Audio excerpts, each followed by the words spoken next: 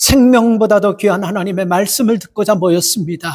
하나님, 귀로 듣는 것이 아니고 마음을 열게 해주시고, 그리고 하나님, 굳어지고 무뎌진 우리 양심이 깨어나서 양심이 아프고 무엇을 우리가 예수를 위해서 잃어버렸는지, 그리고 예수를 쫓아가다가 얼마나 뒤처졌는지를 말씀을 통하여 깨닫고, 하나님, 잃어버렸던 모든 것들이 회복되는 은혜가 있게 하시고, 하나님, 쫓겨다니던 모든 것들이 사라질 수 있도록 도와주셔서 하나님의 은혜 바라보고 소망 바라보고 살아가는 믿음의 사람들이 되게 해 주십시오.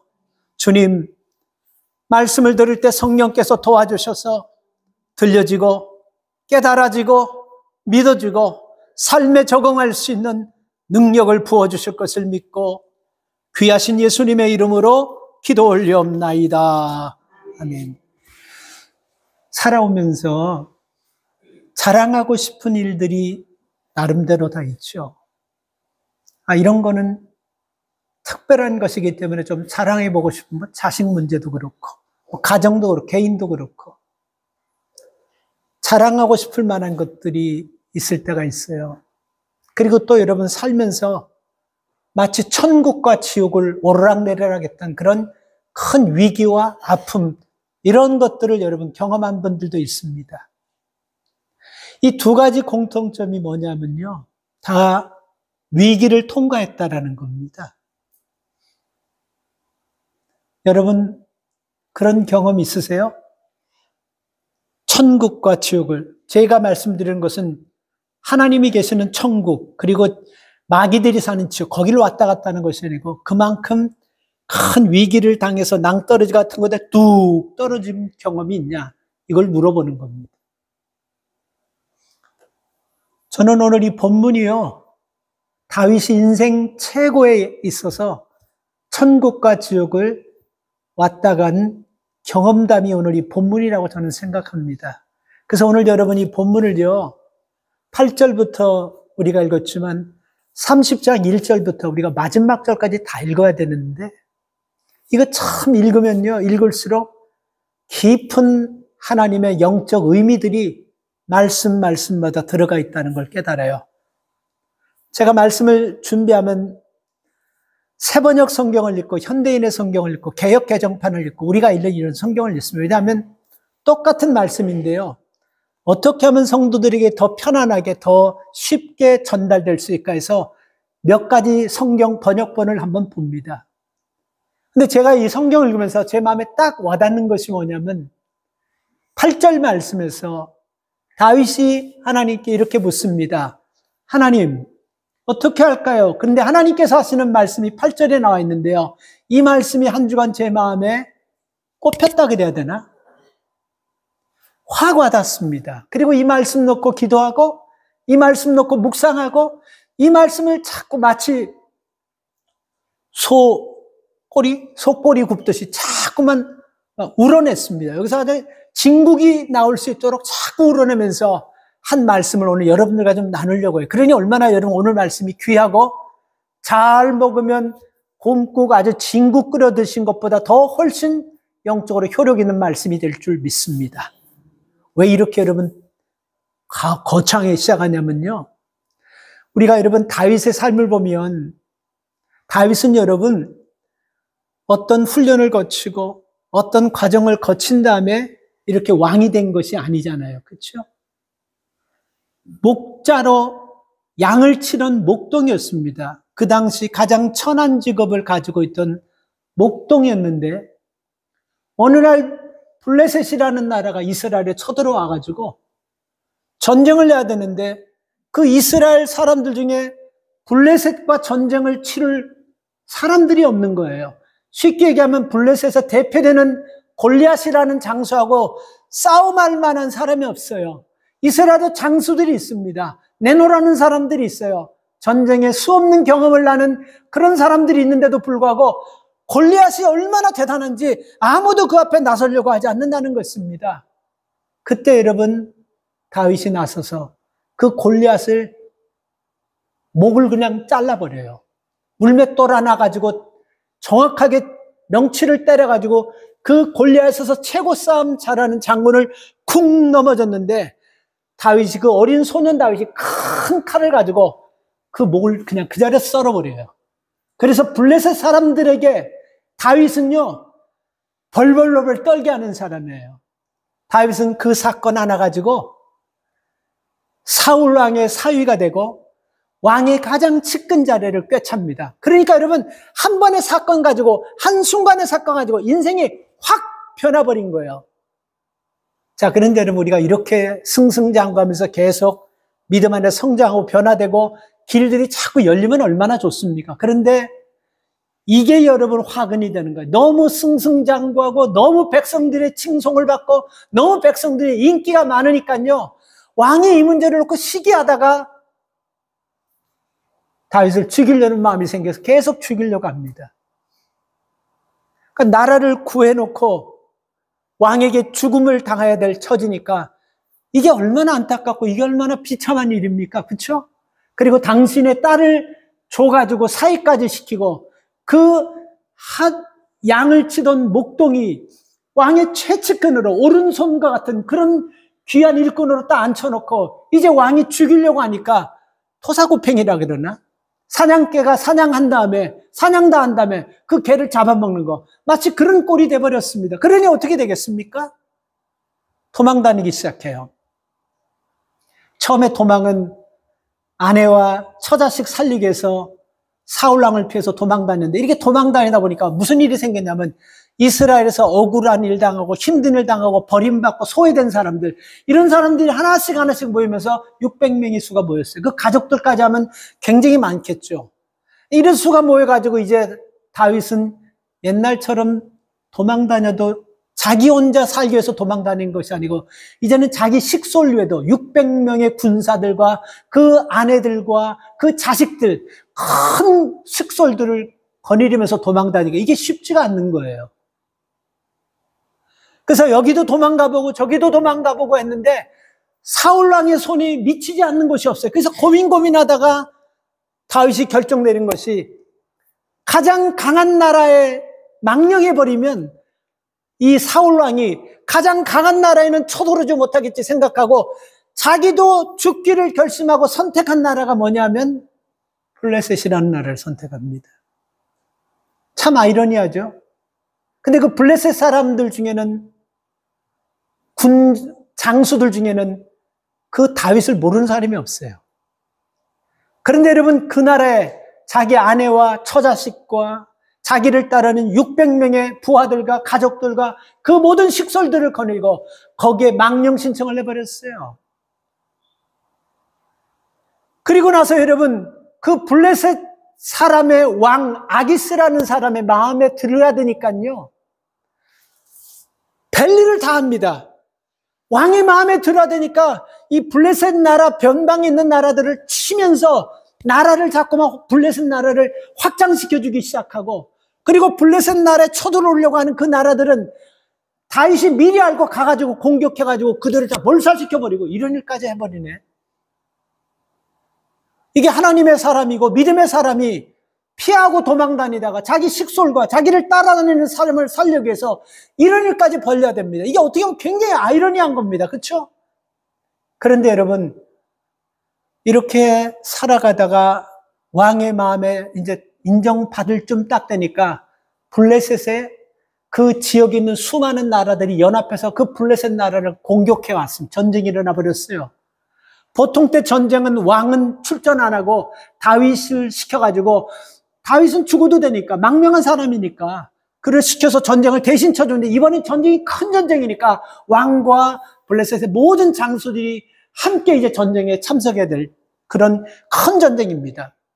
그때 여러분 왕은요 그 블레셋 왕 아기스라는 사람은 내가 내 눈으로 직접 다윗이 진짜 망령한 사람인지 아니면 가짜 망령자인지 그걸 한번 시험해보기 위해서 적장 깊이 보낼 계획을 짜가지고 장수들과 모여서 마지막 전쟁 최후의 작전을 딱 짜는데 문제가 생겨버렸어요.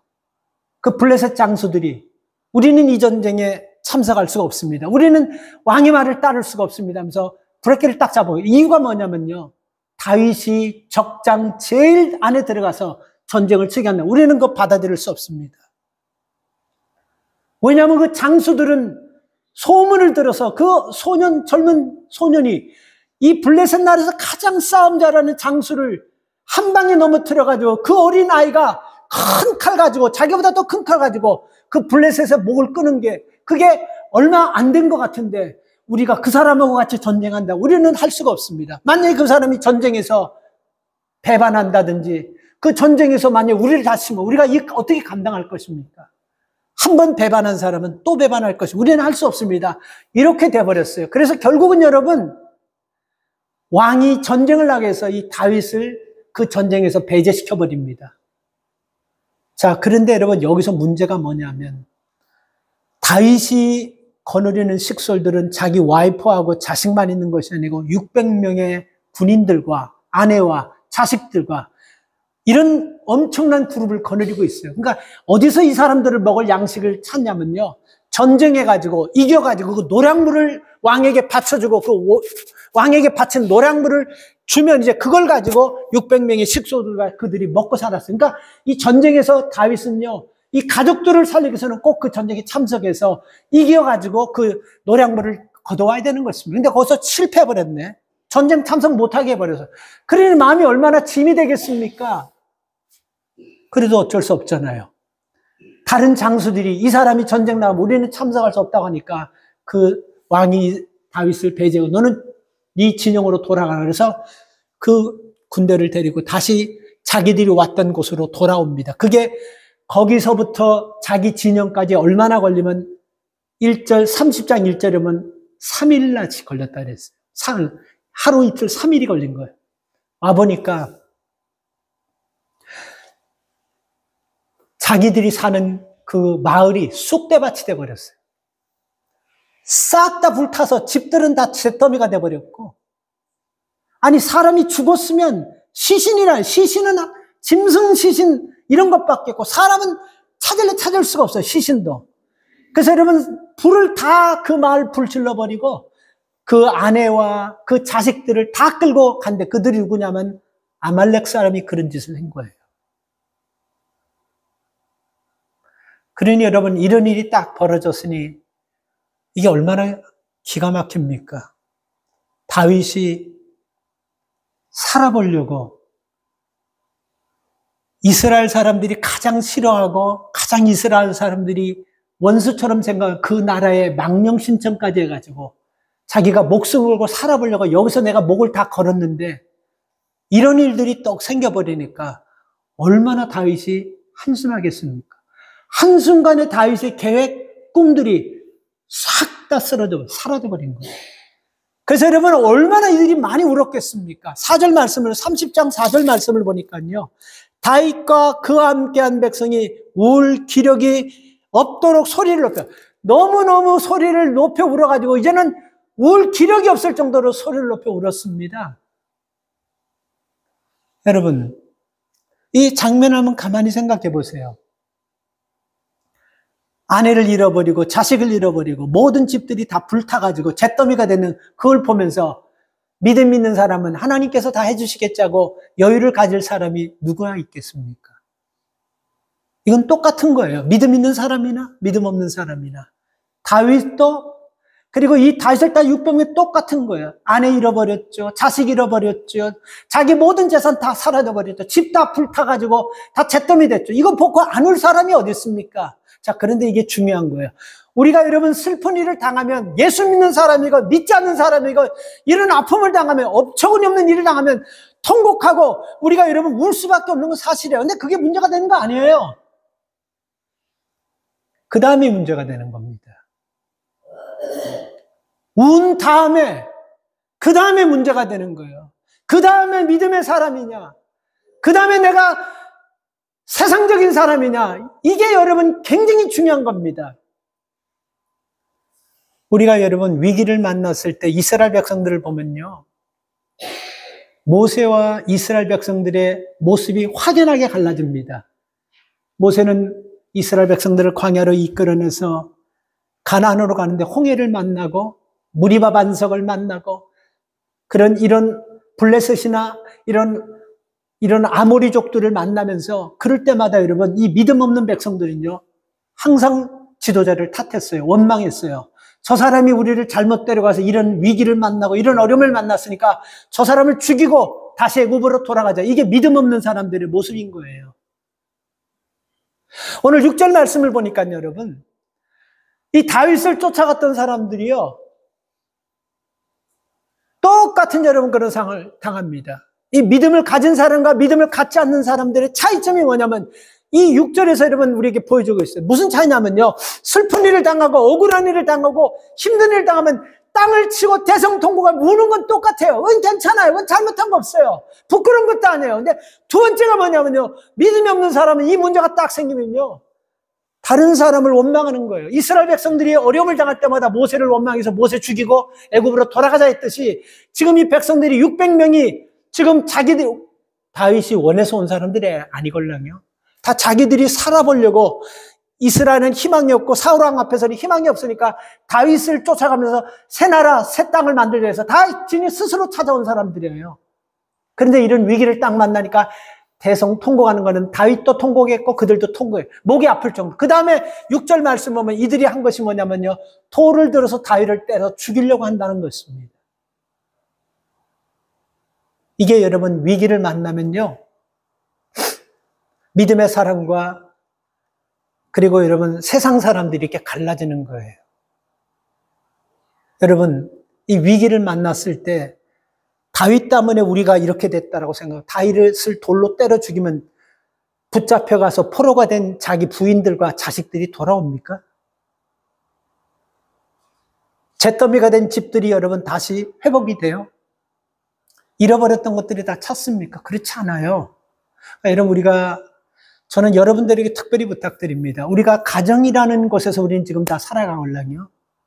가정에 위기가 딱 생겼을 때 그 위기는 하나의 위기로 오지 절대로 10개, 100개, 200개 이렇게 왕창 오자 하나의 위기를 우리가 어떻게 잘 해결해 나가냐에 따라 이게 여러분 여기서 홀드시키고 갈 거, 여기서 이 문제를 약소시킬 수가 있고 여기서 문제를 없애버릴 수가 있고 이 문제를 우리가 어떻게 관리하냐에 따라 이 문제가 한순간에 10개가 될 수 있고 100개가 돼버릴 수 있고 쉽게 얘기해 봅시다. 우리 가정에서 여러분 자녀들이 문제가 생기면요. 남편 되는 분들은 아내에게 애들을 왜 이렇게 관리 안 하고 이렇게 해요.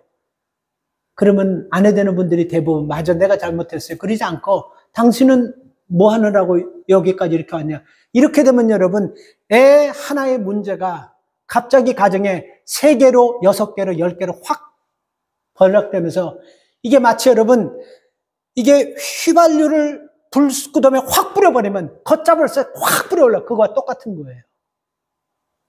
여러분 우리 가정에 경제적인 어려움이 있을 수 있지 않습니까? 그러면 이 경제적인 어려움이 생기면 아내 되는 분들은 남편에게 원망해요. 그리고 또 남편은 돈을 어떻게 쓰는데 이러냐고 또 이렇게 하다 보면 경제적인 문제 하나가 20개를 만들어버릴 수 있고 한순간에 엄청난 문제를 많이 만들어버릴 수 있다는 것입니다. 첫 번째, 사람이 살아가면서 이런 위기를 만나면 어떻게 되냐면요. 하나님 앞에 엎드려야지 우리가 원망하고 누구 탓하고 그래서는 안 된다는 것입니다. 그래서 우리가 6절 말씀을 보면요. 백성들이 각기 자녀들을 위하여 마음이 슬퍼서 다윗을 돌로 치자 하니 다윗이 크게 군굽하였으니 그 하나님 여호와를 힘입고 용기를 얻었더라. 왜 제가 6절을 안 읽었냐면 사실 8절부터 제가 이거 시간상 그랬어요. 그러니까 여러분 지금 성경 보지만 저를 잘 보세요. 제가 이 성경을 다 지금 마음에 다 품고 있습니다. 저를 잘 보세요. 쉽게 해석할게요. 군굽이라는 말이 나오죠. 그죠? 굉장히 급했다는 말입니다. 사람이 위기를 만나면 그 순간에 그 사람의 본성이 나오는 거예요. 그렇지 않습니까? 그거는 누구도 숨길 수가 없어요. 본성이 위기 가운데 군급해 아주 급한 상황이라는 거예요. 그 급한 상황에서 다윗과 다윗을 따르는 600명의 추전자가 완전히 갈라지는 그 위기상에서 완전히 사람들의 모습이 드러나 버린 거예요. 자, 그런데 여러분 여기서 군급하였다고 나서 그 옆에 또 보면 뭐라고 나와 있냐면요. 하나님 여호와를 힘입고 용기를 얻었더라. 하나님 여호와를 힘입고 이 단어가 굉장히 중요해요. 이 말씀이 여러분 원뜻을 보면요. 하나님 여호와를 힘입고 용기, 이 말씀의 뜻은 여러분, 하나님 앞에 엎드려 힘을 얻었다라는 뜻입니다. 자, 우리 여기서 분명하죠? 위기를 만났을 때 다윗이 잘못해서 위기가 생긴 것이 아니라 백성들이 화가 나가 돌멩이 들어서 때려 막 다윗을 죽이려고 할 때 여러분, 한 사람은 엎드리고 한 사람은 다른 600명은 여러분 돌을 들어서 치료했다라는 것입니다. 자, 그러면 여러분들에게 한번 물어보세요. 여러분 스스로에게. 여러분은 교회 문제가 생기고 가정에 문제가 생기고 직장에 문제가 생기고 자녀들에게 문제가 생기면 여러분들은 어떤 타입입니까? 다윗과 같은 타입입니까? 아니면 그 600명의 그런 타입입니까? 여기서 우리가 내가 어떤 모습인지 좀 분명히 알아야 돼요. 그래야지 여러분 우리가 두 번째 단계 넘어갈 수 있다는 것입니다. 다윗은 이 위기 앞에서 여러분 엎드려 기도했다라는 것입니다. 여러분 어떤 급한 일이 있다 할지라도 절대로 여러분 우리 성격대로 먼저 드러내고 먼저 내 의지 드러내지 마세요. 그게 훈련입니다. 사람은 다 힘들고 어려울 때가 다 있어요. 속상할 때가 다 있어요. 저는 여러분 이 예배를 준비하면서 여러분들이 생각할 때는 어떤지 모르겠어요. 저는 아직도 두렵고 떨리는 마음이 있어요. 그래서 예배 올 때는 이 예배를 다 예배만 전부 다 거기다 생각하기 때문에 만약에 오늘 아침처럼 마이크가 이렇게 한번 나죠. 그럼 저는 옛날 좀 이렇게 화가 막 나버릴 때가 많은데 이제는 이게 너무 자주 되다 보니까 이젠 저도 담담하게 받아들입니다. 근데 이런 게 여러분 제가 화가 확 나버리면요. 제가 말씀 준비하고 말씀을 선포하는데 이게 굉장히 제게 부담을 주고 바다를 주는 거예요. 한 가지 감사한 게 지금 이런 일들이 한두 번도 안 돼 여러분들이 저한테 한 번 더 컴플레인 하는 것을 감사하고 그리고 여러분들은 어떤 교회 가서 어떤 신앙사라도 이 마이크 때문에 문제가 생긴 것에 대해서 시험 들 사람이 없다는 것. 참 감사하더라고요. 여러분 이 말씀 굉장히 중요한 것입니다. 우리가 어떤 위기 앞에서 어떤 문제 앞에서요. 우리가 어떻게 할 것입니까? 여러분 우리가 다윗처럼 할 것입니까? 아니면 힘을 믿고 인간의 생각대로 돌멩이 들어서 쳐서 죽이자고 할 겁니까? 우리가 둘 중에 여러분 우리는 어떤 스타일입니까? 여러분 이거 꼭 기억하십시오. 어떤 일이 있다 할지라도 어떤 문제가 있다 어떤 급한 일 급한 일이 있다 할지라도 엎드릴 때 여러분 문제가 해결됨을 믿으시기 바랍니다. 아무리 무겁다 한들 기도하고 엎드릴 때요 가벼워지지 않을 짐 없습니다. 아무리 어둡다 한들 기도하며 엎드릴 때 밝히지 못할 밤 없습니다. 아무리 거칠한 그런 마음이라 할지라도 강팍한 마음일지라도 엎드려 기도할 때 여러분 그 마음 부드러지지 않을 마음 없어요. 아무리 흉악한 죄를 졌다 한들 기도하고 엎드릴 때 여러분 사함받지 못할 죄 없습니다. 아무리 지독한 위선자라 할지라도 기도하고 엎드리면 심령 변화되지 않을 심령 없습니다. 그래서 여러분 엎드리며 탄식하는 거하고 엎드리며 기도하는 것은 똑같이 엎드리는 것 같지만 극과 극입니다. 엎드려서 탄식하고 원망하고 불평하고 누구 탓하는 것보다 엎드려서 기도하는 것은 천지 차이예요. 다윗은 그 궁핍한 위기 가운데서 하나님께 엎드려 기도했기 때문에 이 문제를 해결할 수 있는 용기를 하나님께로부터 받은 줄 믿습니다. 그래서 성도는 여러분 어떤 삶을 살더라도 하나님이 내 삶을 다 보고 계시고 내 속까지 뚫어보시고 되는 걸 알고 좀 사시기 바랍니다. 이거 제 얘기가 아니에요. 성경 예수님께서 말씀하셨어요. 공중에 나는 새도 하나님의 허락 없이는 그 수많은 새도 한 마리도 부딪혀가지고 사고 나서 떨어지는 것이 없습니다. 하물며 하나님께서 선택한 백성들이 살아가면서 당하는 어려움, 궁핍한 상황, 위기 이거 모르시겠어요? 분명합니다. 성경적이에요. 이거 신학적이에요. 말씀드릴게요. 여러분 우리가 일어나는 모든 것들 하나님 다 아십니다. 하나님의 허락 없이 되어지는 것이 없어요. 그럼 우리는 이런 문제가 생겨요. 그러면 우리에게 왜 위기와 어려움과 고통과 궁핍한 상황들이 생깁니까? 그런 여러분 의문을 가지고 계시는 분들은 제가 여기서 성경적으로 답을 드립니다.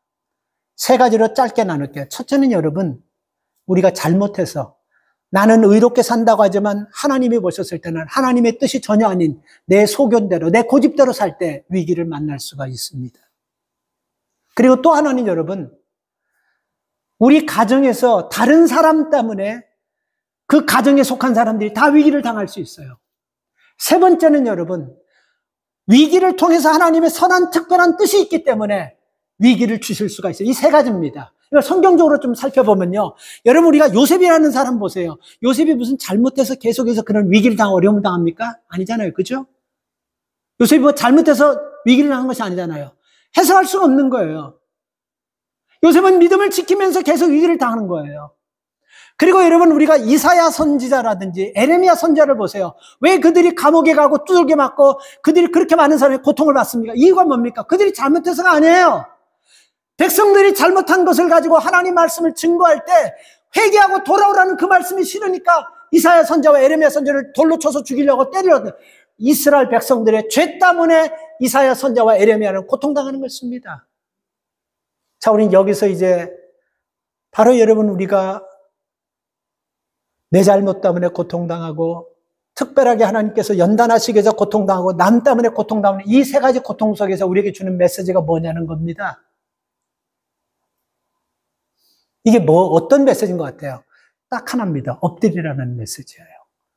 내가 잘못해서 문제가 생겼던, 아니면 내가 다른 사람이 문제를 일으켜서 그 문제 속에서 내가 살아가기 때문에 문제를 당했던 간에, 그리고 나를 특별하게 연단하시기 위해서 문제를 당했던 간에 공통적인 것은 엎드리라는 것입니다. 그래서 그것을 깨닫고 엎드릴 때 여러분, 우리가 그 위기를 극복하고 그 엎드릴 때 하나님의 능력을 경험하게 된다는 것입니다.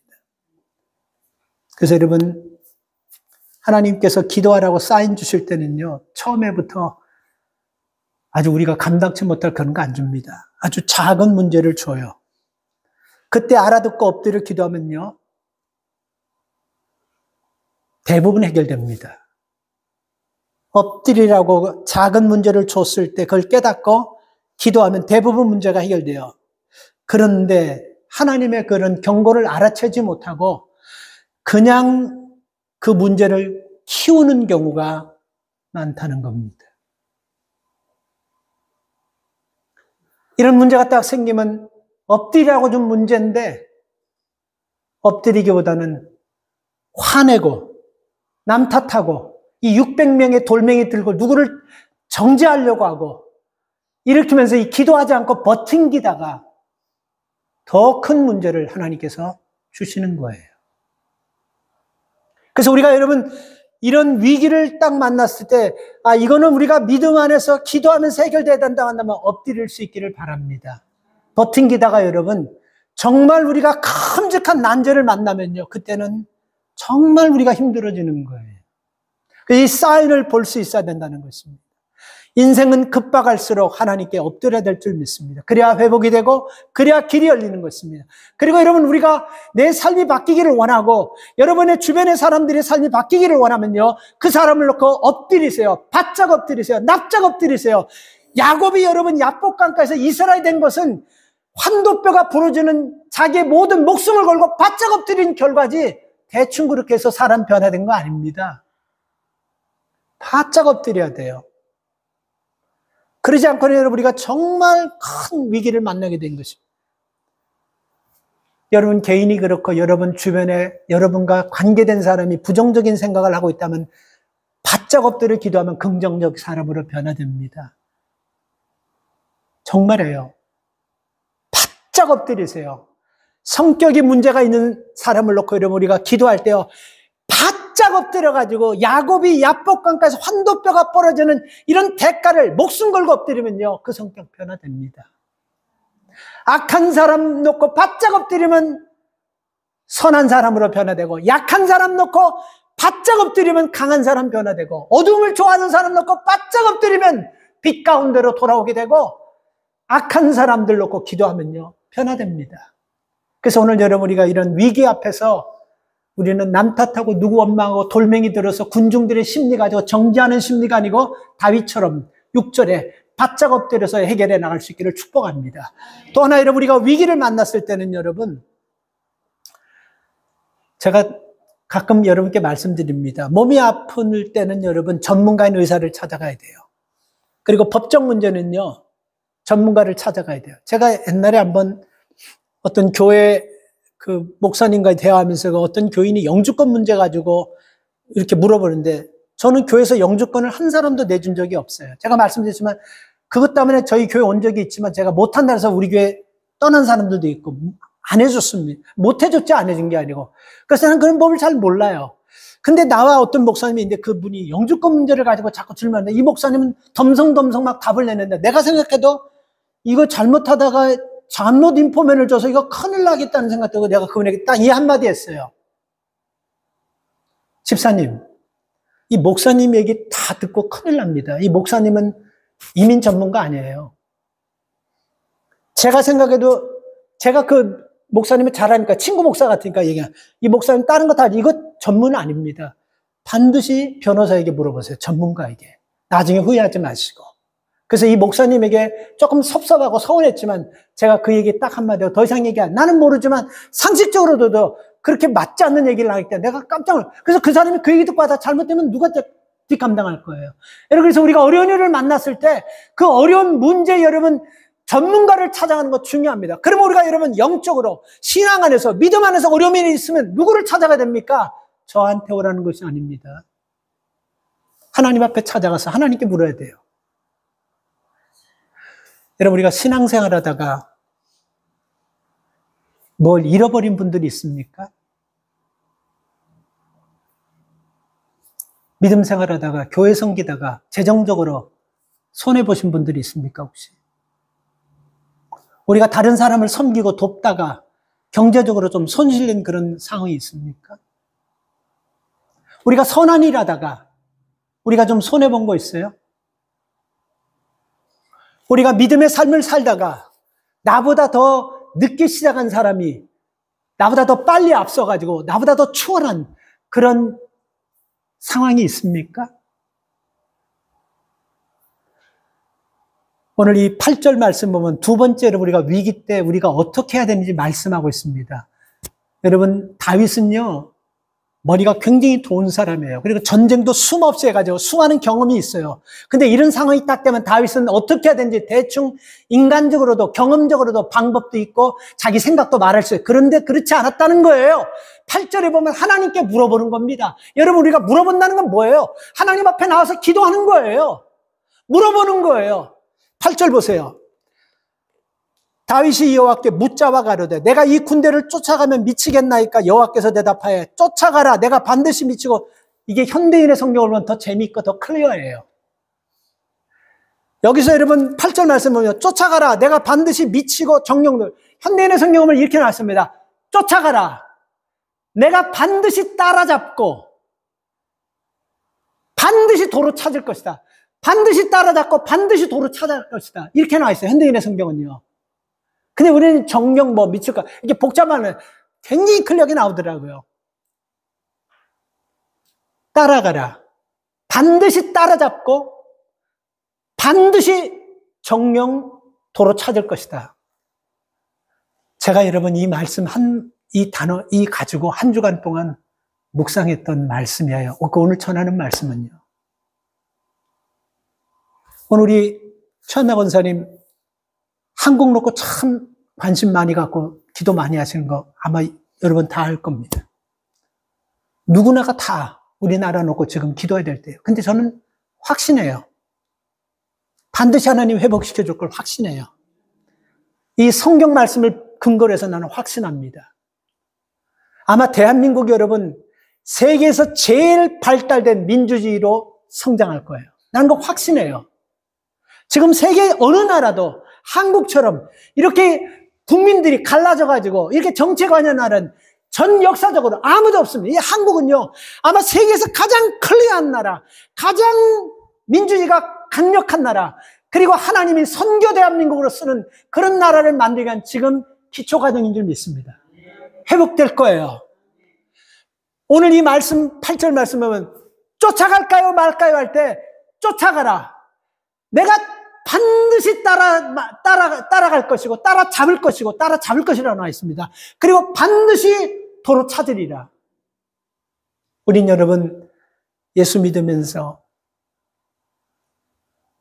마음적으로 손해보고 우리가 신앙생활 하다가 또 여러분 우리가 삶에서도 우리가 뒤처지고 우리가 뭔가 잃어버렸을 때 그것 때문에 실망하지 마시기 바랍니다. 이건 제 얘기가 아니고 하나님께서 내가 반드시 따라잡고 반드시 도로 찾을 것이다. 이 말씀 믿으십시오. 하나님께서 하시는 말씀인 것입니다. 그래서 여러분 다윗을 보면요. 18절부터 20절 말씀 보면 하나님의 말씀대로 18절에 20절은 다 찾습니다. 우리가 이런 가운데서 여러분 살다 보면 넘어질 수 있고 잃을 수 있고 뒤처질 수 있지만 넘어졌다고 잃어버렸다고 뒤처졌다고 우리가 여러분 병들었다고 좌절하면 안 된다는 것입니다. 하나님, 왜 내가 믿음 생활하는데 이렇게 뒤처지죠? 하나님, 내가 왜 이렇게 신앙생활하면서 잃어버리는 것이 많죠? 하나님, 내가 왜 이렇게 믿음 생활하면서 평안을 잃고 왜 믿음 생활하면서 이러죠? 이걸 하나님께 여쭤보라는 거예요. 8절 말씀. 왜 하나님이 이러죠? 여쭤보라는 거예요. 그때 여러분 우리가 이거 굉장히 중요한 진리입니다. 믿음 생활하면서 잃어버린 것, 뒤처진 것, 손해본 것, 마음 빼앗긴 것, 그게 이유가 뭔지 알게 돼요. 무슨 이유냐면요. 하나님은 우리가 믿음 생활하면서 잃어버리고 뒤처지고 손해보고 이런 모든 것들 그런 가운데서도 하나님께서 우리와 함께하고 계시다는 거예요. 뒤처진 우리에게, 잃어버린 우리에게, 손해본 우리에게 두지 아니하시고 하나님 함께할. 그래서 마태복음 28장 20절에 보면요. 내가 세상 끝날까지 너희와 항상 함께할 것이라. 믿으십니까? 뒤처진 가운데서도 하나님 우리를 버리지 않으셨어요. 잃어버린 가운데서도 손해본 가운데서도 내수 믿다가 빼앗긴 가운데서 하나님 우리를 버리지 않으시고 우리만 있는 것이 아니고 하나님이 그 자리에 함께 계신다는 것을 기억하시기 바랍니다. 그래서 우리가 이런 것을 알면요. 우리의 믿음이 성장하고 하나님이 기뻐하시는 그런 삶을 살아가는 것입니다. 그래서 위기를 만났을 때, 군급한 일을 만났을 때 우리가 자꾸만 우리의 경험, 살아온 노하우 가지고 내 욕심 가지고 뭘 하려고 그러지 마시고 하나님께 물어보세요. 8절 말씀, 하나님 어떻게 할까요? 다윗이 몰라서 물어보는 것이 아니에요. 하나님의 뜻대로 하려고 물어보는 것입니다. 그때 하나님께서 주시는 대답이 그거 아닙니까? 쫓아가! 내가 반드시 따라잡을 것이고 내가 반드시 잃어버린 것을 도로 찾을 것이다. 이게 하나님께서 주시는 말씀이에요. 믿음 생활하다가 놓치고 손해본 것 있으면 포기하지 마시고 끝까지 쫓아가십시오. 하나님께서 따라잡게 하시고 하나님 회복해 주실 것을 믿습니다. 마지막으로 하나만 더 생각해보면요. 우리의 삶 가운데서 여러분 우리가 어떤 길을 만났어요. 위기를 만났을 때라든지 선한 일을 만났을 때 우리가 여러분 길이라는 것을 정해야 될 때가 있지 않습니까? 근데 그 길을 정할 때 여러분 우리가 뭘 기준으로 세우냐가 참 중요합니다. 왜 우리가 성장하지 못하고 왜 우리가 정체되어 있고 왜 우리 속에 예수 믿으면서도 기쁨과 이런 아주 그냥 확실한 이런 증거도 없이 우리가 항상 연약한 모습으로 살아가는 이유는 뭐냐면요. 이놈의 길 때문에 그래요. 길. 인생은 크게 두 가지 길이 있습니다. 인간의 길과 하나님의 길이 있어요. 인간의 길은요. 자기 소견대로 이익되는 대로 남이 나를 어떻게 생각하는지 관계 안 해요. 자기가 조금만 이익된다면 그리로 가는 길. 그래서 인간의 길은요. 수천 수만 가지 길인데 그 다 실패한 길이에요. 근데 하나님의 길은 어떤 길이냐면 딱 한 가지 길입니다. 그 길은요. 그냥 대충 만든 것이 아니고 하나님이 철저히 계획하시고 준비하시고 아주 완벽할 정도로 해서 세우는 길이에요. 그 길은 어떻게 우리가 알 수 있냐고요? 성경을 읽으면서 알 수 있고 설교를 들으면서 알 수 있고 성경을 들으면서 알 수 있습니다. 성경과 설교와 말씀은 계속해서 그 길이 어떤 길이고 어떻게 가야 되는지 계속해서 말씀하고 있다는 걸 기억하십시오. 그래서 우리가 어떤 길을 찾을 때 여러분 길을 잃어버렸을 때는 항상 내가 편안한 길, 내가 유익된 길 그런 길 가려고 하지 마세요. 하나님의 도우심과 인도하심을 경험하지 못하는 길입니다. 요즘 이런 얘기 가끔 듣지 않습니까? 삶이 어려울수록 사람들이 하는 말이 야 요즘 참 길이 막혀서 길이 안 보여. 우리 이런 얘기를 많이 합니다. 그리고 하는 얘기가 꼭 정치 탓하고 경제인 탓하고 지금 세대 탓하고 이 사회 탓하고 세상 탓하면서 요즘 길이 안 보인다고 그렇게 얘기하지 않습니까? 근데 여러분 우리가 누구 탓하면 길이 열리고 누구 때문에 안 보이는 거예요? 따지고 보면요. 정확하게 얘기하면요. 길이 안 보이는 것이 아니고 내가 편한 길을 찾으려고 하기 때문에 길이 안 보이는 거예요. 내가 가야 될 길을 찾으려고 하면 길은 보입니다. 말씀을 통해서, 기도를 통해서, 목회자의 설교를 통해서 계속 이 길을 주시는 거예요. 근데 여러분 우리가 편한 길 가려고 하고 내가 원하는 길 가려고 하고 신앙과는 관계없이 내가 좋으면 이익되면 그 길을 끝까지 안 보이는 거예요. 그게요.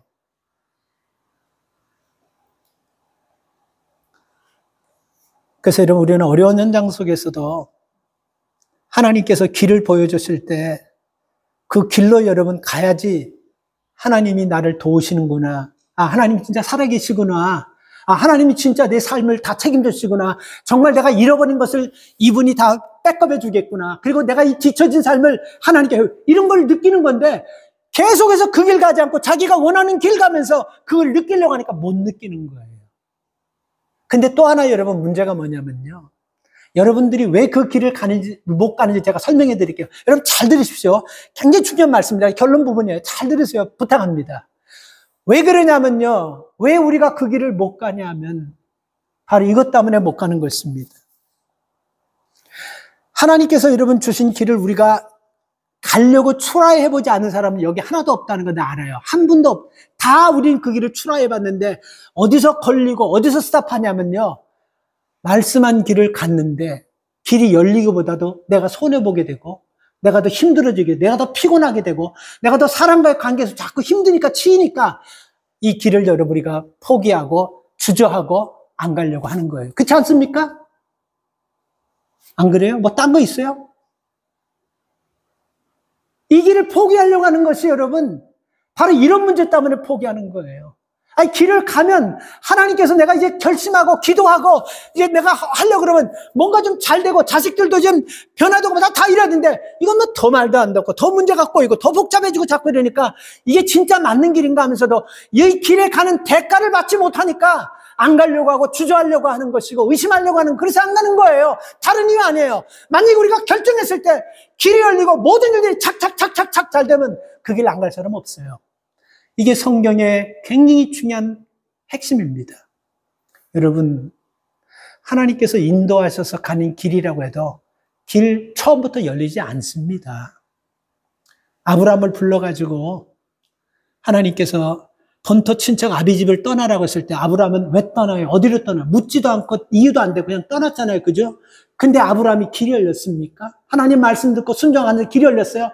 떠나라고 했는데 가보니까 가문이 들었어요. 먹고 살 게 없어요. 경제적인 어려움이 왔어요. 이게 이상하지 않습니까? 그렇죠? 아니 하나님이 떠나라는 곳에 갔는데 거기서 풍년이 들어도 감당치 못했는데 흉년이 더 어려워졌어요. 그러니 여러분 누가 그 길 갈래? 근데 아브라함은 그 길 갑니다. 아브라함은 그 길 가요. 이게 굉장히 중요한 것입니다, 여러분. 예수님의 제자들도 여러분 불러가지고 예수님께서 벳세다 건너편에 가자고 하면서 배를 타고 예수님께서 가라고 그래도 예수님께서 함께 배 타고 가는데 풍랑 만나가지고 막 그냥 위기를 만났지 않습니까? 그죠? 아, 왜 예수님이랑 가는데 왜 풍랑을 만나냐 이거예요. 풍랑이 치더라도 예수님과 함께 하면 순풍이 와야 되는 거 우리 상식 아닙니까? 근데 풍랑이 오는데 그러지 않다. 풍랑이 온다라는 것입니다. 하나님의 백성들이 이스라엘 백성들이 광야에서 가나안까지 가는데 아, 왜 가는 데마다 좀 길이 열리고 편안하고 보이면 이 백성들이 말도 잘 듣고 원망 안 하고 순종할 건데 왜 가는 곳곳마다 물이 없지, 먹을 것 없지, 햇빛 때문에 뜨겁지, 그리고 막 이방 민족들이 막 죽이려 하지. 아, 왜 이러냐는 거예요. 그 길로 인도했으면 길이 좀 편안하고 열어주고 좀 좋아야 되지 않습니까? 뭔가 여러분 기브앤테이크라는 것이 있어야 되지 않겠어요? 근데 자꾸만 더 거칠어지고 점점 먹을 것 없어지고 점점 목마르고 이러니까 여러분 사람들이 원망하면서 포기하는 거잖아요. 그게 포기하는 거예요. 여러분 오늘 이 다윗이요. 8절에서 하나님 어떻게 할까 하니까 쫓아가라. 쫓아가면 내가 반드시 그를 따라잡을 것이고 반드시 도로 찾을 거. 이 말씀을 듣고 쫓아갔으면 그 사람을 한 방에 팍 잡아야 되는 거 아니겠습니까? 근데 여러분 그런 위기 가운데서 하나님 말씀에 순종해서 즉각 다윗이 여러분 쫓아가니까 그 600명도 같이 쫓아가는 거예요. 같이 이렇게 쫓아가다가 무슨 일이 생깁니까? 이게 하나님 말씀에 순종하고 즉각 순종하는데 바로 여러분 자기 아내와 자식들과 재산을 다 뺏어간 그 사람들이 있는 곳을 보아야 되는데 이건커녕 따라가는데 무슨 일이 생기냐면 10절 말씀 보세요.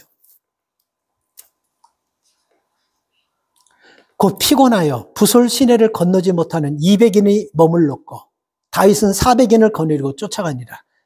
무슨 뜻인 것 같습니까? 다윗을 쫓는 사람이 600명이에요.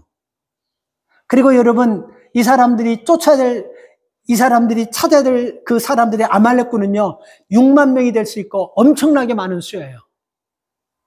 그 많은 수를 찾아서 거기서 아내와 자식과 잃어버린 재산을 빼앗아 오려고 하면 600명 가지고 가당치 않걸랑요. 근데 여기서 200명이 풀에끼를 잡아버려요. 이런 사람들이 있는 거예요. 못 가겠다는 거예요. 피곤해서. 우리는 시내, 그 기손 시내를 못 가겠다고 그냥 거기서 그냥 날 죽여달라. 자, 우리 여기서 참 중요한 것이 있습니다. 이렇게 되면 지도자로서, 여러분들이 만나게 지도자로서 600명이 다 가서 싸워도 이게 못 달 건데 200명이 딱 떨어지고 400명 가지고 이게 야 우리가 포기해버리자. 이거 400명 가서 될 일도 아니고 그냥 200명도 안 돼. 우리 이렇게 하는 경우가 굉장히 많은데 여러분 다윗은요 200명을 붙잡아 놓고 협박도 한 적도 없고 이 말씀 보면요 협박도 하지 않고 달래지 않고 얼레지 않고 그냥 갑니다. 이게 왜 그렇습니까? 만약에 다윗이 자기 생각 가지고 계산 가지고 했으면 아마 그 200명 400명 되게 다 죽여버리라고 그랬을 거예요. 쓸모도 없는 거니까. 근데 여러분, 그는 기도하면서 하나님께 물어서 왔는데 쫓아가라. 쫓아가면 반드시 따라잡을 것이고 반드시 도로 찾을 거야. 이 하나님께서 하신 말씀을 딱 듣고 나서 이 전쟁은, 이 모든 계획은, 이 모든 플레이는 하나님 다 지고 계시는 거라고 하나님께 다 맡겨버렸기 때문에 200명이 안 간다 그랬죠. 그래서 전혀 화낸 장수가 없어요. 전혀 화내고 섭섭한 것이 없어요. 바로 이거예요. 아브라함이 여러분 갔는데 흉년 만나고 어려웠지만 끝까지 갈 수 있었던 것은 하나님의 말씀을 믿었기 때문에 그런 것입니다. 그리고 제자들이 여러분 풍랑이 있는데 가면서도 예수님과 함께 가면서 풍랑을 만났을 때도 예수님이 말씀을 듣고 파도가 잔잔해지는 걸 보고 예수님 믿었기 때문에 끝까지 그 풍랑을 뚫고 갈 수 있었던 겁니다. 믿었던 거예요, 믿었던 거. 다윗도 믿었던 것입니다. 그래서 여러분 이런 아주 기쁜 마음으로 순종하는 마음으로 갔는데 200명이 딱 떨어지니까 얼마나 김새버리고 얼마나 사기가 떨어져요. 근데 그렇지 않습니다. 그걸 딱 지나니까 11절에 어떤 일이 생겨요. 자, 바로 이게 여러분 축복이에요. 11절에. 무리가 들에서 애굽 사람 하나를 만나 다윗에게 데려가 떡을 주어 먹게 하여 물을 마시고 나옵니다. 자, 절 보세요. 이 중요해요. 여러분, 그 400명이 이제 가는 거예요. 원망하자고 딱 가는데 그 광야에서 사람 하나를 만났는데 누구를 만나냐면요. 3일을 먹지도 못하고 마시도 못하는 사람을 만났는데 이 사람을 만나고 나서 여러분 다윗이 취한 행동이 이게 기도하고선 이 일을 시작하기 때문에 이 일이 가능하다는 걸 볼 수 있어요. 자, 지금 여러분 1분 1초가 굉장히 귀한 시간이에요. 시간이 자꾸 늦춰지면 자기 아내들, 자식들이 어떻게 될지도 모르잖아요. 빨리빨리 가서 그것을 찾아서 자기 아내와 자식들과 잃어버린 끌어내야 돼요. 그렇죠? 근데 여기서 이 사람을 하나를 만났어요. 여러분 같으면 어떻게 합니까? 전혀 도움이 안 돼요. 봐도 3일 먹지도 못하고 마시도 못한 사람이 광야에서 100% 그냥 놔두면 죽을 사람이에요. 그렇지 않습니까? 그죠? 그런데 여러분 이 사람이 누구냐면요. 아말렉 사람의 종인데 아말렉 사람이 종인데 왜 이 사람이 여기냐면 이 사람이 아말렉 사람이 다시 말해 이 아말렉 사람이 누구라고 그랬죠?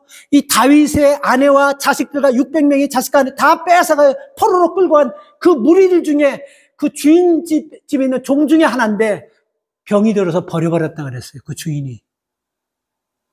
그러니까 이 사람은 병든 사람이고 이거 음식 주지 않으면요. 이 사람은 그냥 죽어버릴 사람이에요. 그런데 다윗이 여러분 오늘 12절부터 보세요. 무화과 뭉치와 밴덩이를 주고 뭘 주고 다 했습니다. 그리고 나서 여러분 13절에 다윗이 그 사람에게 넌 누구냐? Who are you? 이렇게 물어본 거예요. 13절에 뭐라고 하나? 나는 애굽 소년이고 아말렉 사람의 종이더니 사흘 전에 병이 들어 주인 나를 버린 사람입니다. 자, 여러분 여기서 중요한 거예요. 만약에 다윗이 기솔 시냇가에서 200명이 우리 못 갑니다. 우리 안 가게 힘들어 죽겠어요. 우리 못 가요. 근데 너희들 지금 나하고 이 판사판이다 한번 해볼래? 너희들 죽던지. 그리고서는 달래고 싸우고 그들과 악유했다고 하면 이 사람을 만났을까요? 못 만났을까요? 못 만나는 거예요. 절묘한 타임이라는 거예요, 이걸 절묘한 타임이라는 거예요. 아주 절묘하게 이 사람을 만났는데, 우리가 볼 때는 저런 병들고 아무 쓸데없는 사람 같지만요, 다윗은 끝까지 선대합니다. 죽어가는 사람 불쌍해서 먹이고, 너 누구냐 하니까 자기가 스스로 입을 다 불어올려. 나는 아말렉 사람의 종이었고 그 주인이 나 병들었다고 버려버렸습니다. 그리고 나는 그 사람들이, 여러분들이 찾는 사람들이 어딘 줄 압니다. 놀라운 인포메이션을 주는 거예요. 이야, 저는 이거 보면서 마음이 뻥 뚫리더라고요. 아니, 이 200명 다 데리고 오느라고 만약에 따지고 싸우겠다고 하면 이것도 저것도 안 될 건데, 딱 못 쫓아오는 사람은 원망도 안 하고 딱 내놓고 딱 오니까 그 200명이 다 합쳐도 하지 못할 일을 이 한 사람이 해버리는 거예요. 여러분, 그래서 우리가 어떤 일을 만났을 때요, 잃어버린 것, 우리가 손해본 것, 뒤처진 것을 누구를 통해서 백업시킬 줄 아무도 모르는 거예요. 우리가 생각할 때는 이익이 되고 투자하면 내가 받을 만한 그 사람들에게, 그런 사람이 나에게 도움될 거죠. 오히려 그런 사람들은 우리 가정을 더 어렵게 하고 우리 자식을 더 어렵게 할 줄 모르는 사람이에요. 기도하면서 하나님이 인도하는 대로 가면요, 막히는 것 같지만 끝까지 인도하는 대로 믿고 가는 사람들에게, 이게 한 방에 모두, 예를 들어서 한번 생각해. 400명이 광야를 쑥 들어가서 막 뒤진다고 생각해보자. 여기도 가보고 저기도 가보고 동쪽에도 가보고 서쪽에, 아무도 모르잖아요, 어디가 있는지. 그렇죠? 그러면 여러분 어떻게 생겼어요? 야, 우리 다윗 진짜 잘한다. 진짜 최고다, 최고. 우리 이렇게 막 다니고 데리고 다니면서 구경도 시켜주고, 야, 우리 사방 다 보내 하면서 이러고 하는 게 아니고 폭동이 일어나고, 이거 뭐 하는 짓이냐고, 지금 우리. 안 그래도 우리 아내, 자식 다 잃어버려가지고 있는데 당신은 뭐 하는 거냐고. 이렇게 지도자려고 그러면 아마 다윗 죽이려고. 근데 그런 돌아다니고 방황하고 힘 빼지도 않고 한 방에 한 사람을 도와줬더니 이렇게 딱 만들어버리는 거예요. 그래서 여러분, 믿음 생활하다가 잃어버리고 손해보고 뒤처진 거, 이거 여러분 8절 말씀, 하나님께서 우리와 여러분과 저에게 주시는 말씀 좀 믿으시기 바랍니다. 회복돼요. 우리 자식들 좀 느그는 같지만 하나님이 누구를 만나서, 어떤 사람을 만나서 100사람 1000사람이 하지 못할 일을 이 병든 자, 죽어가는 사람, 초라할까 하고 보잘것없는 사람 같지만 이 사람이 여러분 하나님이 보낸 메신저가 되는 거예요. 그래서 이제 여러분, 이렇게 해서 하나님의 은혜 안에서 16절, 17절에서 잃어버린 걸 다 뺏었다 그랬지 않습니까? 그리고 그 사람들이 버려두고 간 소, 나귀 이런 것까지 다 이제 가지고 내려왔어요. 내려오다 보니까 또 무슨 문제가 생겨요? 22절 보니까요, 다윗과 함께 갔던 자 중에 악한 자의 비류들이 다윗에게 가로되 그들이 우리와 함께 가지 아니었은즉 우리가 도로 찾아 물건을 무엇인지 그들에게 주지 말고 각 사람이 무슨 뜻인 것 같습니까? 400명 중에 전쟁에서 잃어버린 아내 찾고 자식 찾고 잃어버린 재산 찾고 노약물까지 다 찾아서 오는데 400명 중에 몇 명이 다윗에게 와서, 왕이요, 우리 이렇게 힘들게 해서 이거 다 다시 찾았는데 저 오지도 않은 저 200명 저것들은 국물도 노숲, 저 국물도 저것들은 주지 맙시다. 저 노숲 이렇게 다 하니까 여러분 같으면 어때요? Of course, 당연하지. 그것들은 노숲 딱 그러는데 다윗은 23절에 뭐라고 나와 있습니까? 23절에 다윗이 가로되 나의 형제들아, 여호와께서 우리를 보호하시고 우리를 치러온 그 군대를 우리 손에 붙이셨은즉 그가 우리에게 주신 걸 너희가, 이게 무슨 한마디로 얘기하면요, 하나님께서 그들을 우리 손에 붙였고 하나님께서 이 일을 하게 하셨고 하나님께서 이렇게 했는데 하나님이 하신 것을 우리가 그렇게 하면 안 되니라 하면서 24절, 이 일에 누가 너희를 듣겠느냐? 전장에 내려갔던 자의 분깃이나 소유물 끝에 머물렀던 자의 분깃이나 일반일진이 같이 분배하자. 참 멋지지 않습니까? 이렇게까지 하기 위해서는 여러분, 자기 통법 가지고 노하우 가지고 경험 가지고 한 것이 아니고 6절에 보면 여러분, 그는 기도했기 때문에, 8절에 보면 그는 하나님 앞에 물었기 때문에 그러는 거예요. 말씀을 마칩니다. 살다 보면 예측하지 않는 일로 우리가 정성스럽게 했던 거 한순간에 훅 하고 날아가 버릴 때가 있어요. 다윗처럼. 애써서 여러분 쌓아놨던 거 한 방에 훅 다 날아가 버릴 때가 있습니다. 그리고 우리가 길을 가다 보면요, 자꾸 유혹되는 길, 좀 쉬운 길, 편안한 길, 좀 손해보자, 그런 길을 자꾸 우리가 보일 때가 있어요. 여러분, 그럴 때 오늘 이 말씀을 꼭 기억하시고 엎드리고 하나님께 물어보고 그리고 길을 잃어버렸을 때는 내 경험 가지고 내 멋대로 자꾸 가려고 하지 마시고 물어서 하나님이 인도하시는 길로 가면서 이런 하나님의 인도하심을 경험하는 우리 모두가 되어지기를 주님의 이름으로 축복합니다. 하나님 감사합니다. 군급한 위기를 만났을 때 가슴이 터지면서 비탄해하고 땅을 치고 통곡하고 목에 피가 나도록 우는 것은 당연합니다. 그러나 그 뒤에 믿음의 사람들의 행동과 불신자들의 행동은 다른 것입니다.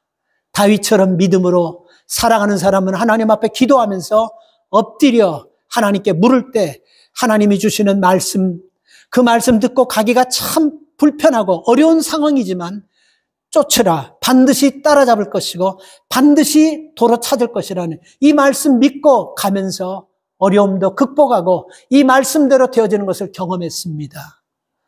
오늘 저희들에게도 이 은혜를 경험할 수 있게 도와주십시오. 오늘 우리 자녀들, 우리 가정, 우리 일터, 우리 삶 현장에 하나님 잃어버린 것을 꼭 되찾고 뒤처진 것을 회복시켜 주시는 하나님의 손을 경험하는 우리 모두가 되게 축복하여 주시옵소서. 예수님의 이름으로 기도 올려옵나이다. 아멘. 찬양.